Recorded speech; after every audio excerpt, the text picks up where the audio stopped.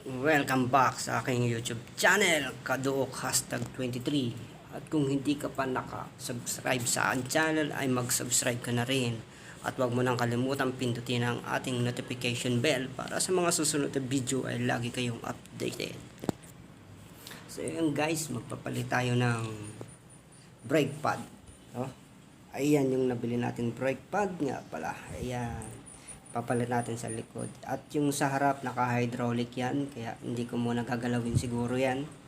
At baka mamaya linisin ko na lang din, no? Tapos yan yung ginagamit nating bike na Pro Max. Yan.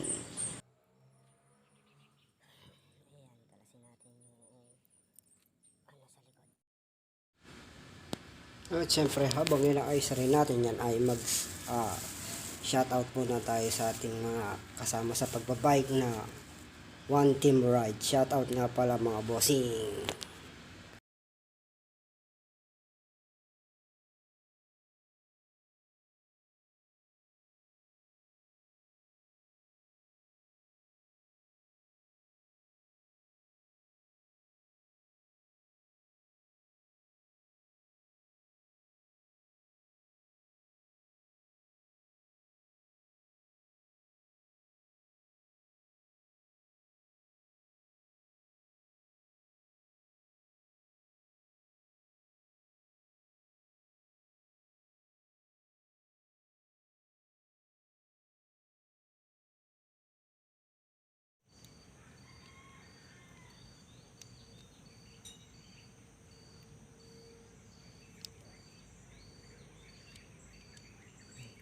Bakit ganun maingay?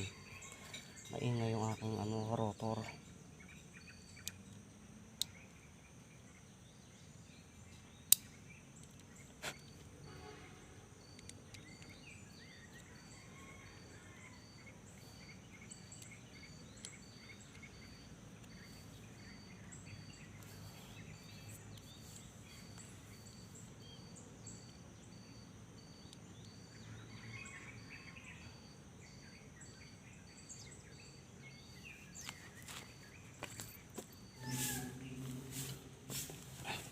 Ayan, ay kabitan natin yung preno.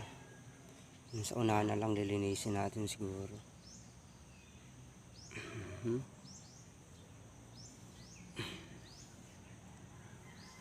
Yan na yung bagong bike natin, Pro Max.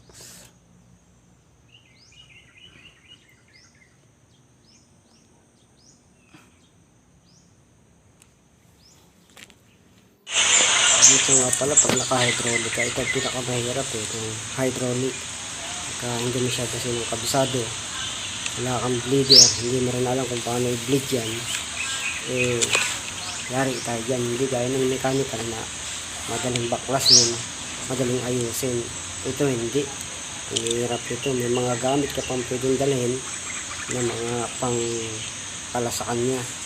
Ay samantalang kung doon ka sa mechanical ay isa lang na aling rings ang gagamitin mo, doon makakapagpalit ka na, makakapag-adjust ka na ng brake pad. Dito sa hydraulic hindi, siguradong mahirap ayusin ito, lalo na pag naputulang ka ng kable o tumagas yung langis niyan, wala na. Nga pala kaya natin ilinis yan, masyado na siyang maingay. Ang binabala ko ay palta na lang siguro ng brake pad yan kasi manipis na rin. Matagal-tagal na rin kasi hindi napapalta ng brake pad yan, kaya nag-iingay siguro.